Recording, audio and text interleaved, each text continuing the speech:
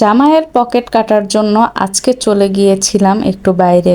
Hello everyone, আসসালামু আলাইকুম। আশা করছি সবাই ভালো আছেন। আজকে অনেক দিন ধরে বাইরে একটু খেতে যাওয়া হয় না, তো ভাবছি আজকেই যাব। তো যেই বলা সেই কাজ, আজকে চলে গিয়েছিলাম পিৎজা বার্গে পিৎজা খাওয়ার জন্য। আমার ছেলেটা যেহেতু ছোট, সেজন্য চাইলেই বাইরে যাওয়া যায় না। আজকে প্রায় অনেক দিনই হয়ে গিয়েছে, কেমন যেন ভালো লাগছিল না, তো আপনাদের ভাইকে বলে আজকে ধরে বেঁধে নিয়ে চলে গিয়েছি। আর এই তো ভয় না করে এবার বাচ্চাকে নিয়ে গিয়েছি। এই লাস্টবার যখন গিয়েছি তাকে নিয়ে, সে কিন্তু খুবই তাণ্ডব করেছিল, অনেক দুষ্টামি করে, সেজন্য তাকে নিয়ে যাওয়ার ভয়ে আর বাইরে যাই না, বাসায় এনেই খাবার খাই। তো সব কিছু তার বাসায় এনে খেতে ভালো লাগে না। এদিকে আপনাদের ভাই অর্ডার দিচ্ছিল যে কি খাবো না খাবো জিজ্ঞেস করছিল। তো আমি বললাম বড় ছেলের সাথে তুমি কথা বলে নাও যে কি খেতে চায়। তো তাদের বাবা খাবার অর্ডার দিতে গিয়েছে। তো এদিকে এই দেখেন আমাদের ছোট পাগলা এখানে মেনু নিয়ে বসেছে, সে দেখছে। তো সেদিকে আবার এক আপু এসে বলছিল যে ওখানে গরম, ওই পাশটা এসি কাভার করে না, তো বলছিল চেঞ্জ করতে চাইলে চেঞ্জ করতে পারেন। তো সে দেখি এখানে চলে এসেছে, তো এখানে বসে ভাবলাম সে এখানেই কমফোর্ট হবে।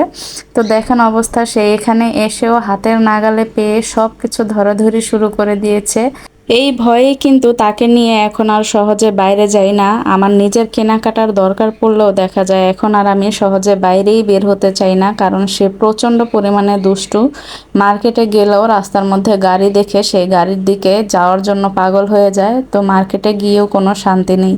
অবস্থা দেখেন সব কিছু একদম নিয়ে এলোমেলো করে ফেলছে। তো অন্যদিকে আবার বড় ছেলেকে এখানে ডেকে এনেছি, যে সে ওখানেই বসেছিল। আমার বড় ছেলেটাকে নিয়ে যে পরিমাণ শান্তিতে ছিলাম, কোথাও গেলে এত শান্তি কখনো সে জ্বালাতন করেনি, কোনো কিছুই করেনি, চুপচাপ এক জায়গায় বসে থাকতো। কিন্তু এই দেখেন ছোট জনের অবস্থা, সে পাগল হয়ে গিয়েছে এখানে।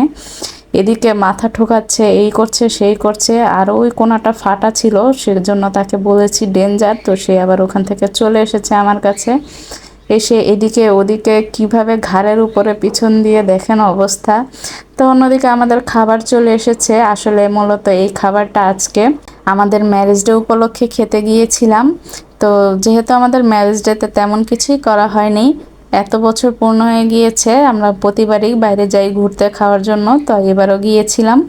আর এখানে আমরা একটা কম্বো নিয়েছিলাম, কম্বোর সাথে ছিল একটা পিৎজা, আর এখানে ছিল সসেজ আর চিকেন ছিল, ফ্রাই চিকেন, আর ছিল ওখানে মাশরুম ফ্রাই। এই তো এগুলো খাওয়ার পরে দেখছি খেতে খেতে এই দেখেন সে কিন্তু অন্য কিছুই খেতে পারেনি, সে শুধু খেয়েছে মাশরুমটা, কারণ সসেসটা অনেক পরিমাণে ঝাল ছিল। কিন্তু বড়দের জন্য এটা অনেক মজার, ছোট বাচ্চারা ওটা খেতে পারবে না। আর এখানে আমাদের আর কি কম্বোর সাথে একটা পিৎজা ছিল, আর আমরা একটা এক্সট্রা পিৎজা নিয়েছিলাম।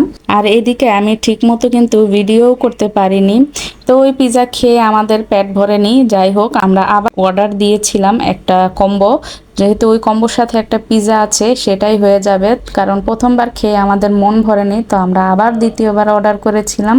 অর্ডার করে তারপরে আবার খেয়ে তারপরে গিয়ে আমাদের পেট মন দুইটাই ভরে গিয়েছে, কারণ আমরা যেহেতু তিনজন ছিলাম, তো আমাদের তিনজনের একটা কম্বো আর দুইটা পিৎজা অবশ্যই হয় না, ছোট সাইজের ছিল। তো আমরা আবার দুইটা কম্বো নিয়েছি, এই যে দুইটা কম্বো নিয়ে পরের বার একটা পিৎজা ছিল, কারণ আমরা প্রথমবারে একটা পিৎজা অর্ডার করেছিলাম এক্সট্রা। আসলে বাচ্চাদের মাঝে মাঝে একটু বাইরে না নিয়ে গেলে তারা বাইরের পরিবেশের সাথে খাপ খেয়ে উঠতে পারে না। তো যাই হোক, এই তো আমাদের এইভাবে তুলপাল করে আজকের দিনটা পার হয়েছিল। সবাই আমাদের জন্য দোয়া করবেন। আসসালামু আলাইকুম।